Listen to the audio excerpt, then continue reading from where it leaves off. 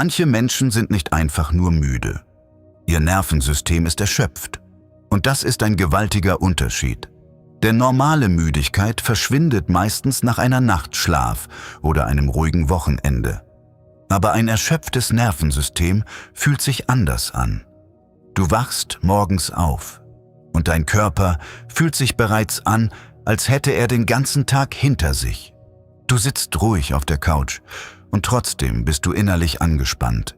Du beantwortest eine einfache Nachricht und plötzlich zieht sich etwas in deinem Brustkorb zusammen, obwohl objektiv überhaupt nichts passiert ist. Und wenn dir das bekannt vorkommt, dann liegt das vielleicht nicht daran, dass du zu sensibel bist oder nicht belastbar genug.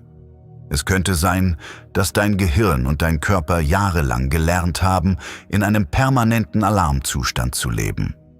In diesem Video werden wir uns genau anschauen, was Trauma wirklich mit dem Nervensystem macht, warum so viele Menschen dauerhaft erschöpft sind, obwohl sie äußerlich völlig normal wirken, und warum viele Betroffene gar nicht merken, dass ihr Körper längst im Überlebensmodus feststeckt. Nachdem Psychologen und Neurowissenschaftler jahrzehntelang untersucht haben, wie Trauma das Gehirn verändert, wissen wir heute etwas Entscheidendes. Trauma ist nicht einfach nur eine schlimme Erinnerung. Trauma ist eine körperliche Erfahrung von Unsicherheit, die im Nervensystem gespeichert bleibt. Und genau das verändert fast alles.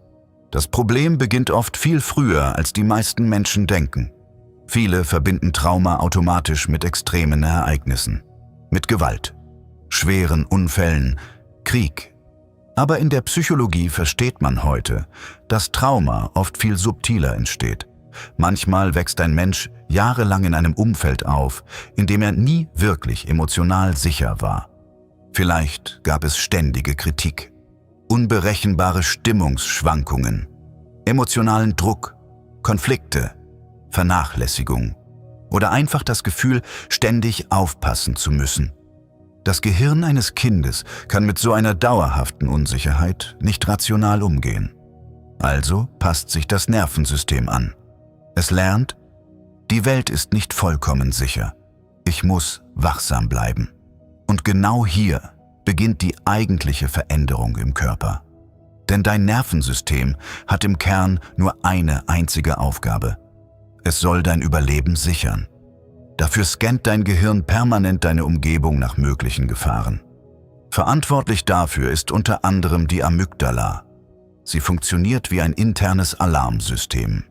Immer wenn dein Gehirn eine potenzielle Bedrohung wahrnimmt, aktiviert die Amygdala den Stressmodus. Dein Herz schlägt schneller. Muskeln spannen sich an. Der Körper schüttet Stresshormone wie Cortisol und Adrenalin aus. Kurzfristig ist das extrem sinnvoll. Wenn wirklich Gefahr besteht, brauchst du diese Energie sofort. Das Problem entsteht dann, wenn das Gehirn nie wieder vollständig abschaltet. Genau das passiert bei Trauma. Das Nervensystem bleibt auf eine subtile Weise dauerhaft aktiviert. Und hier wird es interessant, denn viele Menschen merken das gar nicht bewusst. Sie denken einfach, ich bin halt schnell gestresst oder ich overthinke viel. Doch oft steckt dahinter ein Körper, der gelernt hat, ständig vorbereitet zu sein. Und das kostet enorme Energie. Stell dir vor, du würdest jeden einzelnen Tag mit leicht angespanntem Muskeltonus herumlaufen. Dein Kiefer ist unbewusst angespannt, deine Schultern leicht hochgezogen, dein Atem flach. Dein Gehirn scannt Räume automatisch nach Stimmungen und Konflikten. Genau das passiert bei vielen traumatisierten Menschen. Das Nervensystem läuft permanent im Hintergrund, wie ein Computerprogramm, das nie geschlossen wird und dauerhaft Akku zieht. Und deshalb fühlen sich viele Betroffene so unfassbar erschöpft. Vielleicht kennst du das sogar selbst. Du bist nach sozialen Treffen komplett ausgelaugt, obwohl objektiv nichts Anstrengendes passiert ist. Du brauchst ungewöhnlich lange, um dich emotional zu erholen. Kleine Konflikte beschäftigen dich tagelang. Du kannst selbst in ruhigen Momenten nicht richtig entspannen. Und nachts schaltet dein Kopf einfach nicht ab. Die meisten Menschen glauben dann, das Problem sei fehlende Disziplin oder mangelbare Belastbarkeit. Doch die Forschung zeigt etwas völlig anderes. Viele dieser Symptome entstehen, weil das Nervensystem dauerhaft zwischen Alarm und Kontrolle festhängt. Und genau hier passiert etwas Paradoxes. Traumatisierte Menschen wirken nach außen oft extrem funktional. Sie erscheinen organisiert, verantwortungsbewusst, leistungsfähig. Sie antworten schnell auf Nachrichten, sind aufmerksam, planen alles genau. Und gerade deshalb erkennt kaum jemand, wie erschöpft sie innerlich wirklich sind. Psychologen nennen das Hochfunktionalität unter Stress. Der Mensch funktioniert weiter, aber der Körper bezahlt dafür einen enormen Preis. Einer der bekanntesten Traumaforscher, Bessel van der Kolk, beschreibt in seiner Arbeit etwas Entscheidendes. Der Körper speichert Erfahrungen oft lange, nachdem der Verstand sie verdrängt hat. Genau deshalb reagieren Menschen manchmal emotional auf Situationen, die objektiv harmlos sind. Ein genervter Tonfall, eine verspätete Antwort, Kritik, Distanz. Plötzlich reagiert der Körper sofort mit Anspannung. Nicht rational, automatisch.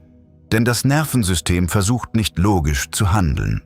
Es versucht vorherzusagen, ob Gefahr entstehen könnte. Und hier entsteht die eigentliche Erschöpfung. Nicht nur durch Angst selbst, sondern durch das permanente Beobachten möglicher Gefahr. Viele traumatisierte Menschen analysieren ständig. Wie schaut die andere Person gerade? Klingt ihre Stimme anders? Habe ich etwas falsch gemacht? Ist die Stimmung komisch? Das Gehirn bewertet ununterbrochen soziale Signale. Und das verbraucht Energie, gewaltige Energie. Jetzt kommt ein Punkt, den viele komplett falsch verstehen. Trauma bedeutet nicht automatisch, dass jemand ständig sichtbar emotional zusammenbricht. Tatsächlich reagieren viele Menschen genau gegenteilig. Sie werden kontrollierter, ruhiger, angepasster. Sie lernen früh, Emotionen zu unterdrücken, um Konflikte zu vermeiden oder emotional sicher zu bleiben. Und kurzfristig funktioniert das sogar. Das Problem ist nur, unterdrückte Emotionen verschwinden nicht einfach.